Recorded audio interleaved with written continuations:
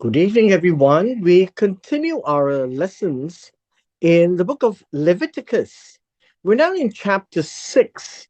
And from chapter 6, verse 1 to verse 7, it is actually corresponding to the Hebrew Bible to finish off their chapter 5. This piece of narrative from verses 1 to 7 is a continuation of the asham, the trespass or guilt offering given to God. And so, very quickly, let us wrap up these 7 verses. It says here, and then this is a continuation after whatever was described in chapter 5. Jehovah spoke to Moses and said this. Says if a person sins, the idea of sin here is khata, and then he commits a trespass against the Lord. The idea of trespass, it is really unfaithfulness. I think that would be a much better word to use. Unfaithfulness. The idea of unfaithfulness is really to pretend that nothing wrong happened, but you have actually done wrong. That would be the way to express this. He lies to his neighbor. The idea of lying here, uh, very much, I think you can say he disappointed his neighbor, he deceived his neighbor, he was found to be a liar, he dealt falsely with his neighbor. Now, I think all of these are good words to use. Deal falsely with his neighbor about what was delivered to him for safekeeping, or about a pledge. A pledge means you want to borrow something and you give something of value to the person uh, to be in safekeeping. About a robbery that he was robbed, or if he has extorted from his neighbor. Extorted means to take by force. Or if he has found what was lost and lies concerning it, meaning he found something that somebody lost and then he pretended that he didn't find it. And then he swears falsely, meaning he says what is, well, I guess the idea of swears falsely is to say that he didn't do it in an oath. In any of these things that a man may do in which he khatat. So all of these are a continuation of chapter 5 of those specific situations, but they don't have to die. This is not a capital crime. And there is no specific punishment in these cases, but it is wrong. Then it shall be because he has khatat and is guilty.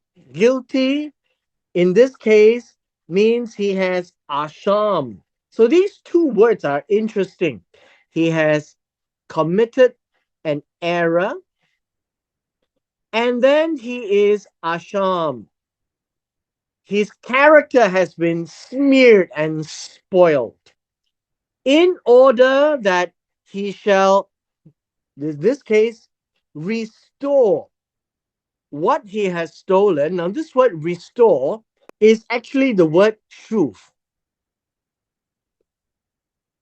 which is to return. This word is actually used to talk about returning to the ground where man came from, return back to God in terms of repentance.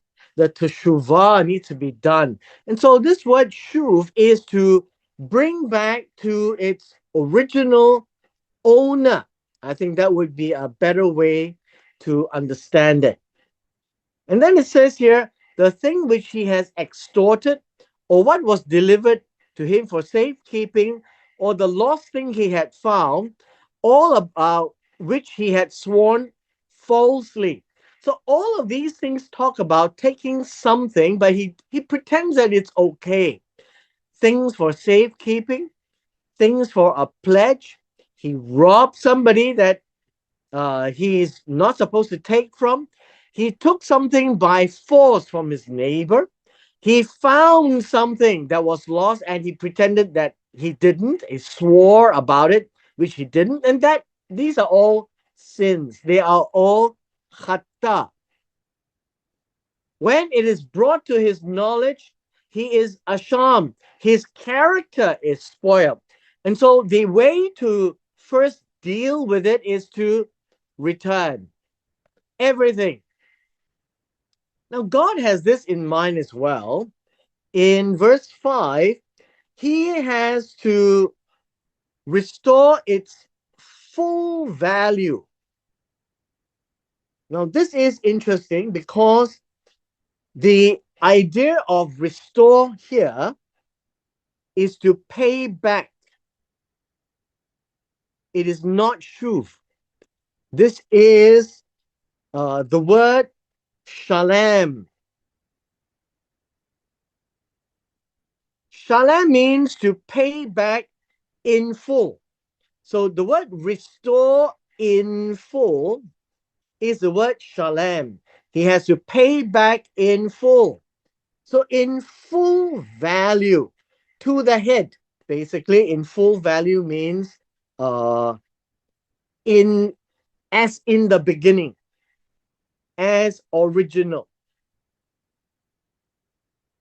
He cannot say that, no, now that I've taken it, it's not worth as much.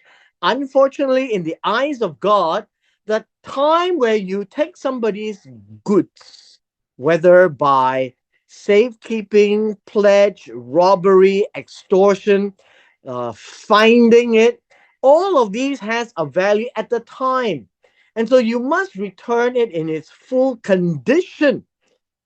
And by God's justice, he expects a 20% interest. This is 1/5, a 20% interest.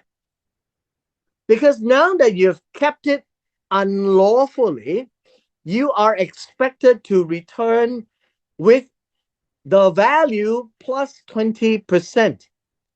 And then you give it to whoever it belongs to on the day of his trespass offering. When you are regretful, you want to restore your relationship with God, you bring an asham offering. One of the things that God requires in terms of justice is not about saying sorry and give an offering. It is about restoring. So this idea here of payback, shalem, this idea of return, shuv, are both very important. If it's in terms of value, monetary value, at 1/5 or 20% more, you must return its original. Because if you kept it unlawfully, then you are obliged to have rented it. That's the intent of the 20% interest. And so the idea is this: you've taken somebody's things unlawfully, although it was given to you for safekeeping, but after that you said, no, I didn't take it. God requires you then to restore and pay back the use or the expected usage of the good, of the item. And that in itself is justice. It is only fair. Now, whether you have used it or not, that's too bad.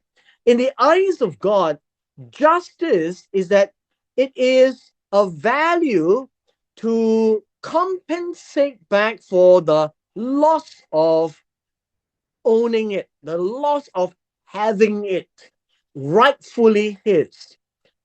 And then you bring a trespass offering to make appeasement with God.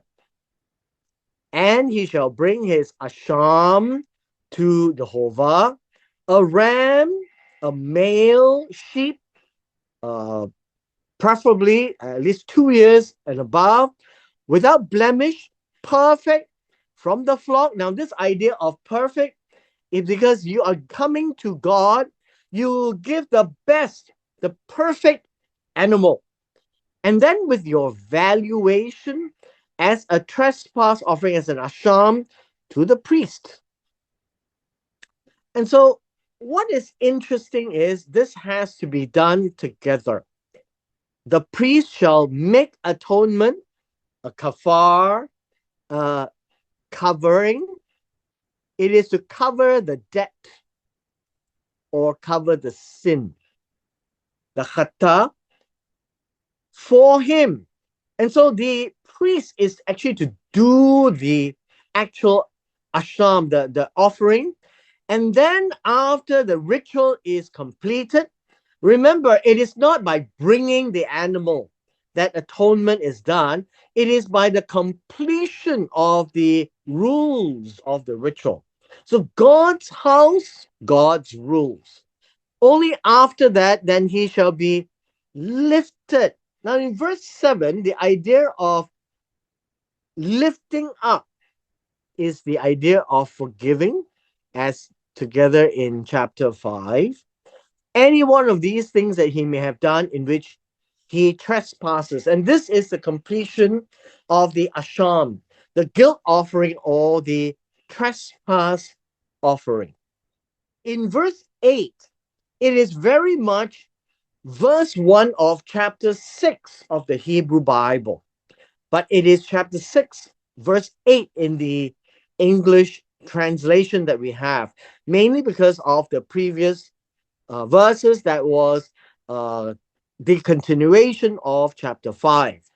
And so now in verse 8, remember, this is now a different set of instructions. This is an and then. After God said all the ones above. Remember in chapter 1, verse 1, it is spoken to Moses and it is to be told to the sons of Israel. And so we have the description of various korban gift that is to be brought to God when they want to approach God for whatever the classification of matters. Chapters 1 to 5, or now in 6, verse 7, those are described as the Olah, as the Ishe, as the Mincha, as the Chata, as the Asham. All these are different offerings to deal with different things, but they are relatively unimportant. Nobody has to die for these. These are not particular sins or khata or errors that they make that somebody will be punished drastically. But it affects their relationship with God. And so in order to fix it, they have to follow the khata, the sin offering, and the asham, which is the guilt offering for specific things which is relatively unimportant.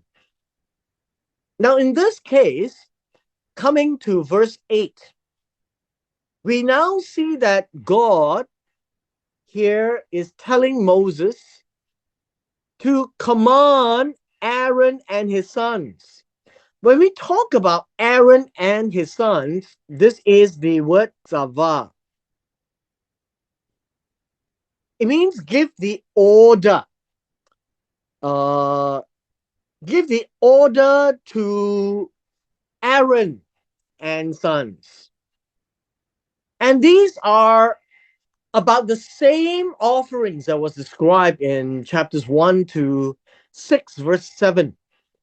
And during the time of chapters 1 to chapter 6, verse 7, they spoke about the types of offerings, and those were spoken to the sons of Israel, and they were general in nature because it was meant for the people. But now, when it comes to Aaron and sons, who are the Kohen or the Kohen Gadol, meaning the high priest, and his sons, who are also Kohen, it is to the generations. These are not orders for that one particular generation, it's for the generations to come. And to say what? To say these things. It says, this is the law of the Olah. This is Olah and law. Law is Torah. Burnt offering is Olah. These are the instructions, but these instructions are more detailed. These instructions are for the Kohen. The Kohen is to deal very specifically, and God deals with the Kohen more severely than with the common folks. Remember, the priests are the ones who will conduct the ritual. If they don't do it right, there is no atonement. And so they must do it correctly for the people who needs atoning. So even if you bring the ritual sacrifices, the korban, and it was not done completely according to God's Torah for the olah and for the chata, then you find that the atonement issue is a problem, and it will be nullified because the Kohen did it wrongly. And so God requires the Kohen to be more specific and more serious about this than anybody else. So God says, the burnt offering shall be on the hearth upon the altar all night until morning, and the fire of the altar shall be kept burning on it. And so these are instructions not for the common folk. So even if we read it, it doesn't matter to us. But why are we reading this? Is to see God's heart in the picture. God is fair. He doesn't deal so severely with the common folk. He deal more severely with the priests, because the priests were the chosen group out of the 12 tribes from the tribe of Levi, replacing the firstborn. And from the tribe of Levi, Aaron and his sons were chosen to be the priests, to deal with all these rituals, the rules, the law, the Torah of all these offerings, to make sure that it's done correctly according to God. Which means this: if the priests intentionally did it wrong, God will destroy those priests. It is that severe. And so, for the common folk, they will only need to know you need to bring your korban, the specific korban. When you can afford it, you can bring the big one. If you can't afford it, you bring the small one. But now, with regards to Aaron and sons, make very sure you guys know what you are signing up for. And the priest shall put on his linen garment for this particular ritual, his linen trousers. In Exodus chapter 20, we find that the priesthood for the Israelites actually wear linen garment and linen pants. They don't just wear linen garment because they are walking up a ramp, and they will be higher up than everybody else. And you can actually see under the garment. And so the trousers are very closely knit, and it will protect the modesty of the priests.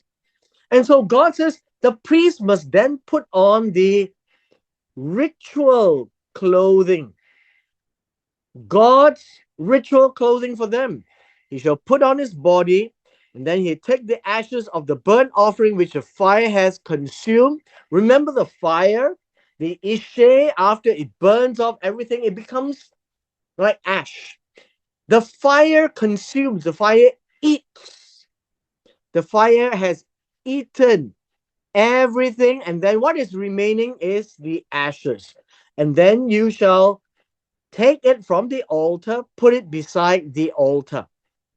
Now, interestingly, look at what God says. In verse 11, and then he shall take off his garments. What garments? The linen garments, and then put on other garments. This is where we see God's wisdom. In the Eastern Oriental culture, if you have been in the kitchen cooking and then you come out to serve your guests, you would take off your clothes that is filled with smoke. And then you put on different sets of clothes to serve your guests and to meet your guests. Basically, you have clothes for God's rituals, and then you have clothes for other things. And so the clothes for God's ritual is holy, it is special. Now you take off these special garments, put on your other clothing, and carry the ashes outside the camp to a clean place, because the offering that was burnt, that was consumed by the fire, is clean, is accepted by God. And the fire on the altar shall be kept burning on it, and it shall not be put out day and night. And the priest shall burn wood on it every morning, and lay the burnt offering in order on it, and he shall put on it the chelef of the peace offering. All the fat belongs to God. The Kohen cannot eat the fat. A fire shall always be burning on the altar, it shall never go out. It is to symbolize that anyone can bring an offering at any time, and the fire is a continuous fire to represent that God is there, always ready to accept their korban. And these are words given to Aaron and sons. The rest of chapter 6 goes through all the series of categories of offerings. The korban is brought to God for the various reasons that was listed in Leviticus chapters 1 to 6, verse 7. Now we talk about the mincha. So this is the Torah of the mincha. The mincha is the flour offering.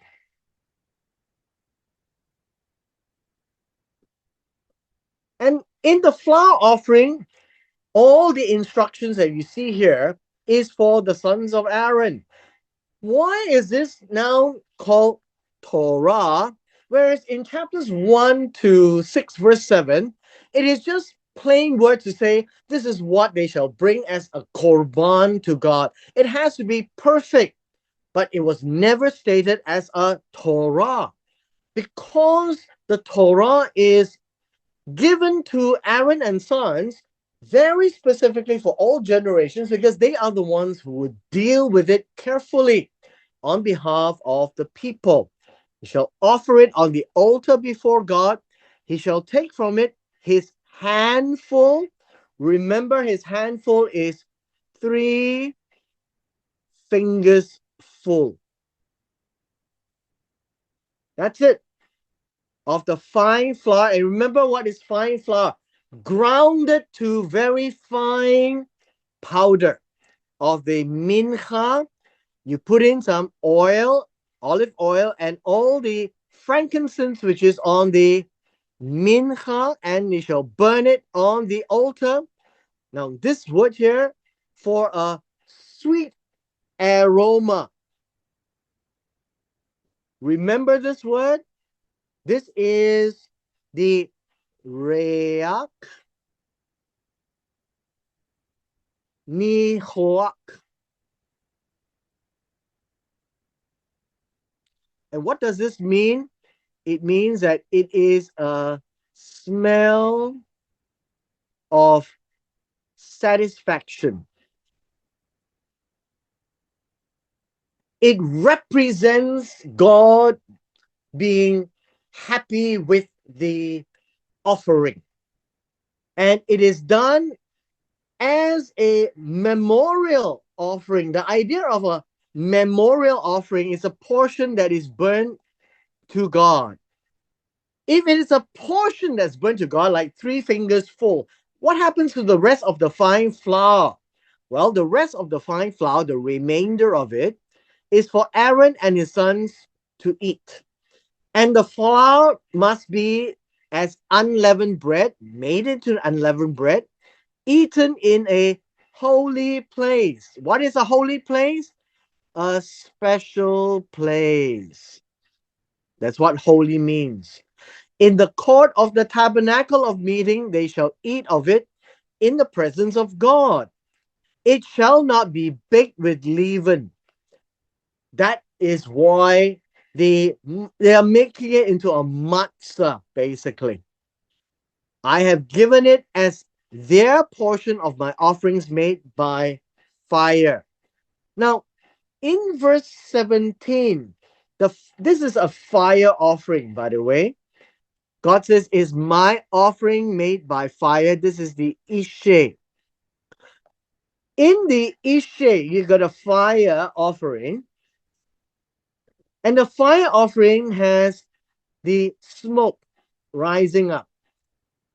But this is just a portion, right? Remember, this is just a portion of the flour offering, of the mincha. The balance of it, or the remaining of it, is given to the Kohen and sons. And so God says, I have given it as their portion. The idea of their portion is their share. So God has a share, it's burnt, 3 fingers full of it. The rest of it is given to the Kohen. It is most holy, like the sin offering and the trespass offering. And these are for the Kohen. They are different from the peace offering, right? The shalem. Why? Because the peace offering, the remaining parts of it is shared between the priest and the person that's bringing the offering. Now, all the males among the children of Aaron may eat it. So it means that the daughters are forbidden. Please bear in mind, the Kohen has children, both sons and daughters. Only the sons participate as a priest. There are no daughters as priestess. This means it is a statute, a law, olam, for your generations concerning the Ishe made to God. Everyone who touches that must be holy. What does it mean? Must be special. The priests are concerning holy. So when God says you are a holy nation, the nation is set apart, very different in practices and behavior, like all the other nations around her. When the priests are holy, they are set apart to do this work for God, and they are holy.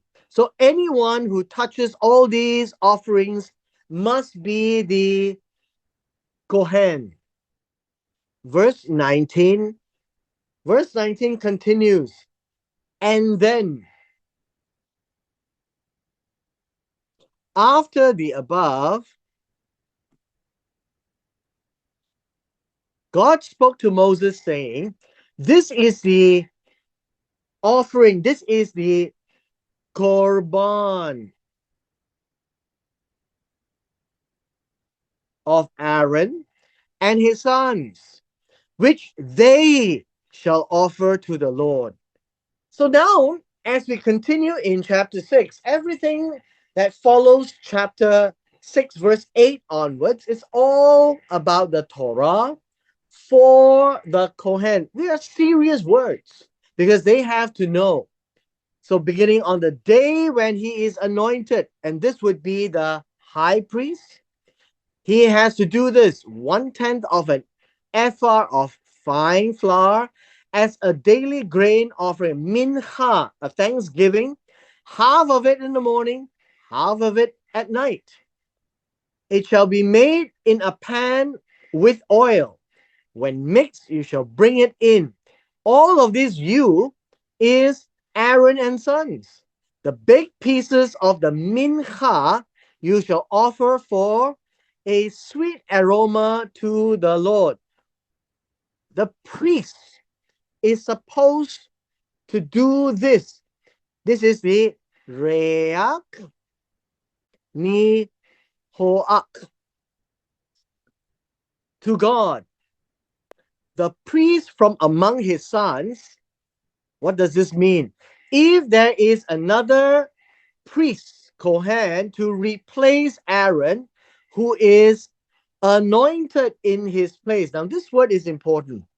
This is Moshiach or Mashiach.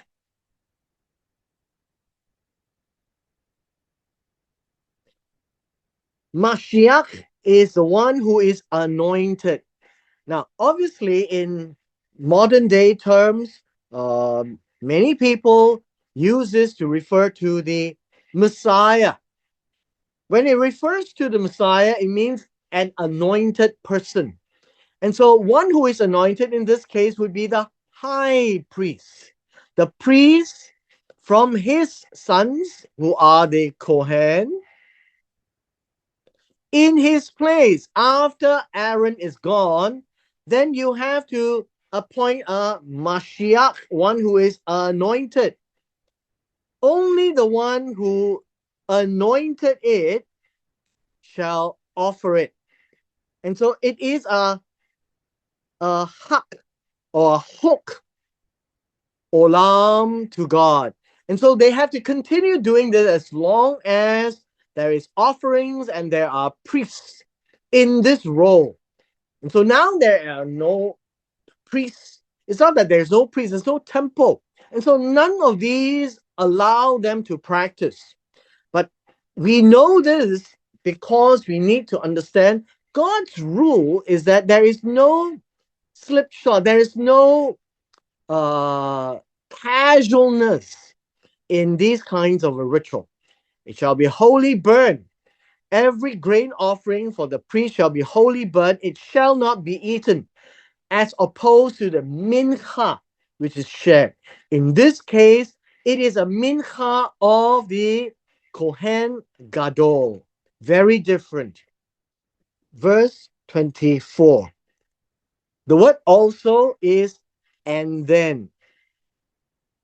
So you notice God is giving it in portions. Jehovah spoke to Moses, saying this: Speak to Aaron and his sons, continuing on from verse 8. So this is the Torah of the Chatta. So this is the Torah of the Chatta. In the place where the burnt offering or the Olah for menial sins to repair relationship is killed, the Chata shall be killed before the Lord. So the thing here is same place for the slaughter. But what I had highlighted earlier is how to slaughter. That comes from the oral traditions. It is most special. Verse 26, the Kohen who offers it for Chata shall eat it. And so we find that when the sin offering, the Chata, is brought by a person, it could be a female cow, it could be a heifer in that case, a female sheep or a goat, it could be two birds, and it could be a mincha.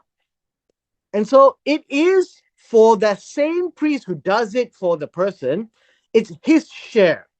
In a holy place, it shall be eaten in the court of the tabernacle of meeting, as above. Everyone who touches its flesh must be holy.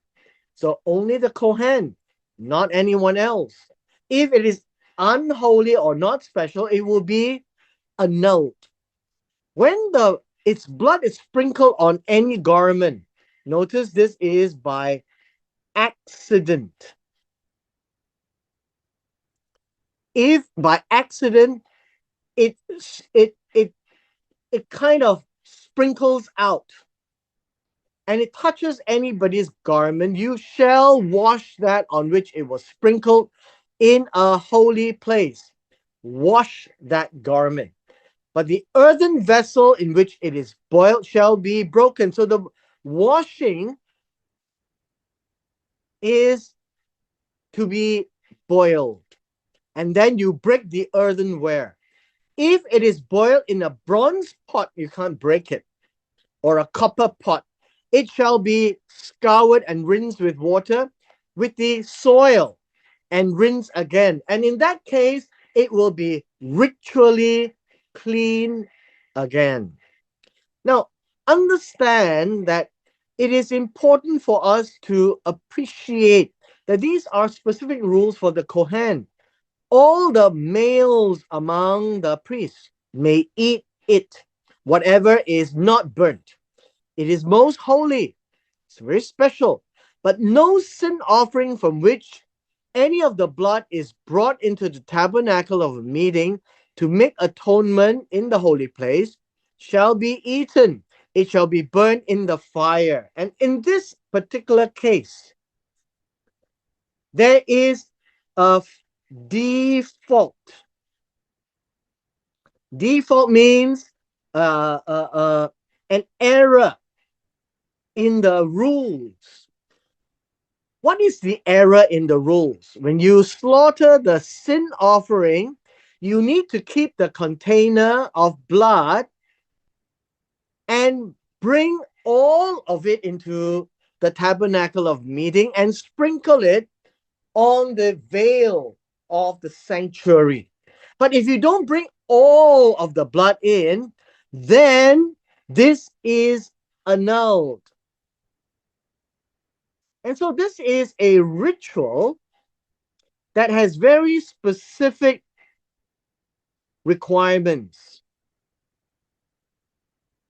Very simple though, but very specific.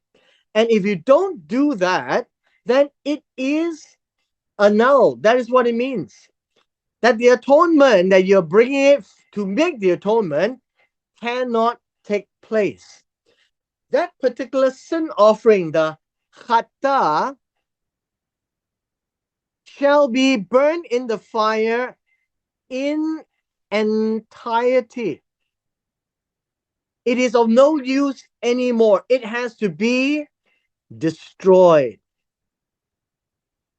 That is what verse 30 is telling us. This is an important element just to tell us that God has provisions for errors. If the Kohen forgets, then it has to be done again. But how do you deal with the one that is spoiled? You destroy it all and nobody gets to eat it. The fire is not given to God in an ishe, symbolic to eating, and the priest shall not consume it. Everything is destroyed. So that is what it means.